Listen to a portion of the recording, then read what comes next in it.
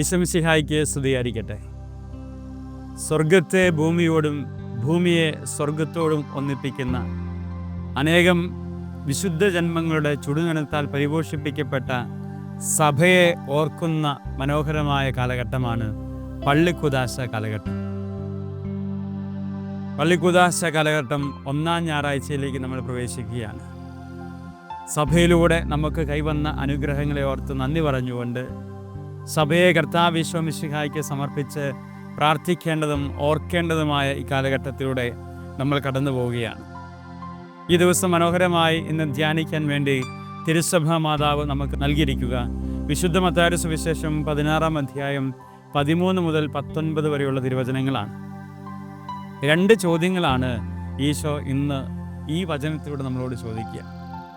ഏതൊരു സംവിധാനത്തിൻ്റെയും തുടക്കത്തിൽ ചില ചോദ്യങ്ങൾ നമ്മൾ ചോദിച്ചാണ് തുടങ്ങാറ്. ഒരു പ്രസ്ഥാനം തുടങ്ങുമ്പോൾ ഒത്തിരിയേറെ ചോദ്യങ്ങൾ നമ്മൾ ചോദിക്കാറുണ്ട്. ഒരാളെ കണ്ടുമുട്ടുമ്പോൾ നമ്മൾ ചോദ്യങ്ങൾ ചോദിക്കാറുണ്ട്.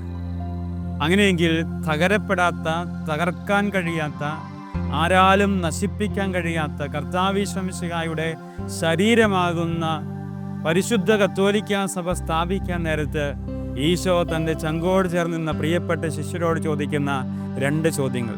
ഒന്ന്, ഞാൻ ആരാണെന്നാണ് ജനങ്ങൾ പറയുന്നത്. ഇതൊരു അറിവിൻ്റെ തലത്തിലെ ചോദ്യമാണ്.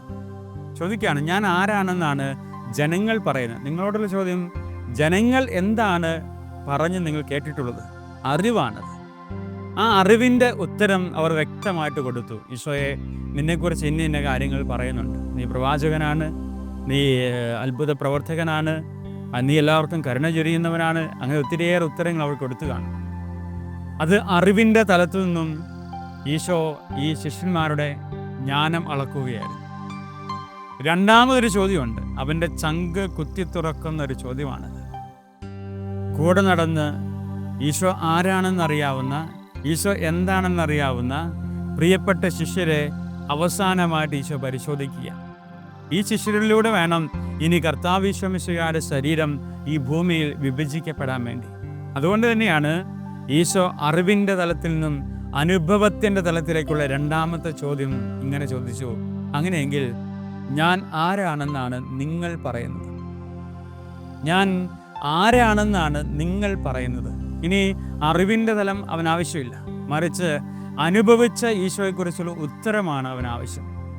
ഉടനടി എല്ലാം പ്രതീക്ഷയോടെ പലരും ഇങ്ങനെ ഉത്തരങ്ങൾ തേടി നിൽക്കുമ്പോൾ ചങ്കോട് ചേർന്ന് നിന്ന പത്രോസ്ലീഹ എല്ലാം മറന്നുകൊണ്ട് ഉടനെ പറയുകയാണ്, കർത്താവേ, നീ ജീവിക്കുന്ന ദൈവത്തിൻ്റെ പുത്രനായ മിശിഹായാണ്. എന്തിനു മനോഹരമായ ഒരു ഉത്തരമാണിത്. ആരും പ്രതീക്ഷിക്കാത്ത, ആരും ഇന്ന് വരെ കേൾക്കാത്ത, കൂടെയിരുന്ന ശിഷ്യന്മാർ പോലും കണ്ണു തുറച്ചു നോക്കുന്ന ഞെട്ടലോടെ കേട്ട ഒരു ഉത്തരമാണ്, കർത്താവേ, നീ ജീവനുള്ള ദൈവത്തിൻ്റെ പുത്രനായ മിശിഹായാണ് എന്ന് പറഞ്ഞാൽ നീ എൻ്റെ ദൈവമാണെന്ന്. പ്രിയപ്പെട്ടവരെ, ഈ ഒരു ഉത്തരത്തേക്കാൾ വലിയൊരു ഉത്തരമൊന്നുമില്ല. നമ്മളോടൊക്കെ പലപ്പോഴും പലരും ചോദിക്കാറില്ലേ, പ്രത്യേകിച്ച് ഇന്നത്തെ കാലഘട്ടത്തിൽ മറ്റ് മതവിശ്വാസികളൊക്കെ മക്കളോടൊക്കെ ചോദിക്കും, നിങ്ങൾ എന്തിനാ പള്ളിയിൽ പോകുന്നത്, എന്തിനാണ് ദൈവത്തെ വിശ്വസിക്കുന്നത്, ഈശോ ആരാണ് എന്നൊക്കെ ചോദിക്കും. ഒറ്റ ഉത്തരമുള്ളൂ. ആത്യന്തികമായും അടിസ്ഥാനപരമായും ഒറ്റ ഉത്തരമേ ഈശോ ആരാണെന്ന് നമ്മളോട് ചോദിച്ചുള്ളൂ. അത് ജീവനുള്ള ദൈവമാണ് എന്ന് പറയാൻ കഴിയും. എൻ്റെ ദൈവമാണ്, എൻ്റെ രക്ഷകനാണ്, എൻ്റെ നാഥനും കർത്താവും, ഈ ഭൂമിയെ പ്രപഞ്ചത്തെ സൃഷ്ടിച്ച ഈ സൃഷ്ടാവാണെന്ന് പറയാനുള്ള ചങ്കൂറ്റം നേടിയെടുക്കുക എന്നുള്ളതാണ് ആത്മീയ ബോധ്യം. ഉടനടി ഈശോ പറയാണ്, പത്രോസേ, നീ പാറയാണ്. എന്തൊരു മനോഹരമായ ഉത്തരമാണ്. ഈശോയുടെ തിരിച്ചുള്ള മറുപടിയില്ല. പത്രോസേ, നീ പാറയാണ്. അത്രമേൽ ഘനമുള്ളതാണ് നിന്റെ അടിത്തറ, അത്രമേൽ ഉറപ്പുള്ളതാണ് നിന്റെ വിശ്വാസം. ആർക്കും തകർക്കാൻ കഴിയാത്ത സ്വർഗത്തിൻ്റെ അഗ്നിയാണ് നിന്നെ ഇത് ബോധ്യപ്പെടുത്തിയത്. മാംസരക്തങ്ങളല്ല. മാംസമായിരുന്നെങ്കിൽ നീ മാംസത്തിന് ലഭിച്ച ഉത്തരം പറയേണ്ടിയിരുന്നത്. എനിക്ക് അപ്പം തന്നവനാണ്, എന്നെ രക്ഷപ്പെടുത്തിയവനാണ്, എന്നെ ജീവിതത്തിലേക്ക് കൊണ്ടുവന്നവനാണ്. ഇത് മാംസത്തിൻ്റെ ഉത്തരവാണ്. നമ്മളൊക്കെ ഇങ്ങനെ പ്രാർത്ഥിക്കുന്നതൊക്കെ അതിനു വേണ്ടിയിട്ടാണ്, മാംസത്തിന് വേണ്ടിയിട്ടാണ്.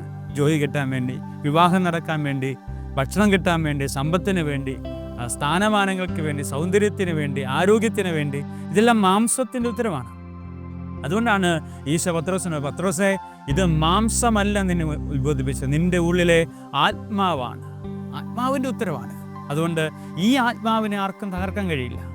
തകർക്കാൻ കഴിയാത്ത ആത്മാവുള്ള പത്രോസിനാൽ സ്ഥാപിതമായ പരിശുദ്ധ കത്തോലിക്ക സഭയുടെ അംഗങ്ങളാണ് നമ്മൾ. അതുകൊണ്ടാണ് ഈ പള്ളിക്കുദാശ കാലഘട്ടത്തിൽ ജെറുസലേം ദേവാലയം കല്ലിന്മേൽ കല്ല് അവശേഷിപ്പിക്കാതെ തകർക്കപ്പെട്ടുവെങ്കിലും പരിശുദ്ധ കത്തോലിക്ക സഭ എന്ന് പറയുന്ന ഈ ദേവാലയത്തെ ഇന്ന് വരെ ഒരു മനുഷ്യൻ തകർക്കാൻ കഴിഞ്ഞിട്ടില്ല. അതിങ്ങനെ ചുടുനിണത്താൽ പരിപോഷിക്കപ്പെട്ട സഭ ലോകത്തിൻ്റെ ഓരോ കോണുകളിലൂടെയും തളച്ചു വളർന്നുകൊണ്ടിരിക്കുക. പ്രിയപ്പെട്ടവരെ, എനിക്ക് ഇതിനെ ആർക്കും തകർക്കാൻ കഴിയില്ല. കാരണം ഇത് ആത്മാവിനാൽ സ്ഥാപിതമായ സഭയാണ്. ഇതൊരു കെട്ടിടമല്ല. ഏതെങ്കിലുമൊക്കെ 4 പേര് അധികാരത്തിലിരിക്കുന്ന ഒരു സംവിധാനമല്ല. ഇത് കർത്താവ് യേശു മിശിഹായുടെ ശരീരമാണെന്ന് നമുക്ക് തിരിച്ചറിയാം. ഇന്ന് വരെ കണ്ടതിൽ ഏറ്റവും വലിയ അത്ഭുതം നടന്നിരിക്കുന്നതും ഈ അൾത്താരയിലാണ്. ഒരു ദിവ്യകാരുണ്യത്തിൻ്റെ ഉള്ളിൽ യേശു കർത്താവിൻ്റെ രൂപം പതിഞ്ഞ നാളുകളെടുത്ത് പരിശോധിച്ചതിനൊടുവിൽ ലോകം തോറ്റുപോയ ഏക അത്ഭുതം അത് കർത്താവ് യേശു മിശിഹായുടെ ദിവ്യകാരുണ്യമാണ്. കാരണം ഈ സഭയിലൂടെ മാത്രമേ യേശുവിന് തൻ്റെ ശരീരത്തെ വീണ്ടും ജീവിപ്പിക്കാനും ജനിപ്പിക്കാനും വിഭജിക്കാനും പങ്കുവെക്കാനും കഴിയുള്ളൂ. ആ സഭയുടെ മക്കളാണ് നമ്മൾ. അങ്ങനെയെങ്കിൽ കുറെ കൂടി അഭിമാനബോധത്തോടെ ഈ സഭയോട് നമുക്ക് ചേർന്ന് പ്രവർത്തിക്കണം. ഈ പള്ളിക്കുദാശ കാലഘട്ടത്തിൽ ഈ സഭയ്ക്ക് വേണ്ടി നമുക്ക് പ്രാർത്ഥിക്കാം. ഈ സഭയുടെ കുദാശകളോട് ചേർന്ന് നമുക്ക് ജീവിക്കാം. ജീവനും കരുത്തുമേകുന്ന കർത്താവ് യേശു മിശിഹായുടെ ശരീരത്തെ ഉൾക്കൊണ്ടുകൊണ്ട് കൗദാശികപരമായി യേശുവിനും ജീവിതത്തെ സമർപ്പിച്ചുകൊണ്ട് നമുക്ക് ജീവിക്കാം. പൗലോസ് പറയുന്നില്ലേ, നിങ്ങൾ ദൈവത്തിൻ്റെ ആലയമാണെന്നും ദൈവാത്മാവ് നിങ്ങളിൽ വസിക്കുന്നുണ്ടെന്നും നിങ്ങൾ തിരിച്ചറിയണം. നമ്മൾ ദൈവത്തിൻ്റെ ആലയമാണ്. ദൈവം വസിക്കുന്ന ശരീരമാണ് നമ്മുടെ ശരീരം. ആ ശരീരത്തെ നശിപ്പിക്കാനുള്ള അവകാശവും അധികാരവും ദൈവം നമുക്ക് നൽകിയിട്ടില്ല. പ്രിയപ്പെട്ടവരെ, അതുകൊണ്ട് നമുക്കും ഈ പത്രോസിൻ്റെ ആ വിശ്വാസത്തിൻ്റെ ബോധ്യങ്ങളുണ്ടാകട്ടെ. നമ്മൾ പലപ്പോഴും പ്രാർത്ഥിക്കുന്നതും പ്രവർത്തിക്കുന്നതുമൊക്കെ മാംസങ്ങൾക്ക് വേണ്ടിയാണെങ്കിൽ ഈ പത്രോസിലെ നമ്മൾ ഓർമ്മപ്പെടുത്തുകയാണ്, ആത്മാവിന് വേണ്ടി ജീവിച്ചാൽ നിങ്ങളും ഒരു പള്ളിയായി മാറും. ആത്മാവിന് വേണ്ടി ജീവിച്ചാൽ നിന്റെ മേലും കർത്താവ് യേശു മിശിഹാ തൻ്റെ ശരീരരക്തങ്ങൾ ഒരുക്കിത്തരും. അതുകൊണ്ട് നമുക്ക് ആഗ്രഹിക്കാം, പ്രാർത്ഥിക്കാം. കർത്താവ് നമ്മളെ നോക്കി പറയണം, മോനെ, നിന്റെ മാംസരക്തങ്ങളല്ല, നിന്റെ ചങ്കിലെ ആത്മാവാണ് ഞാൻ ആരാണെന്ന ചോദ്യത്തിന് നിനക്കുള്ള ഉത്തരം കണ്ടെത്താൻ കഴിയട്ടെ.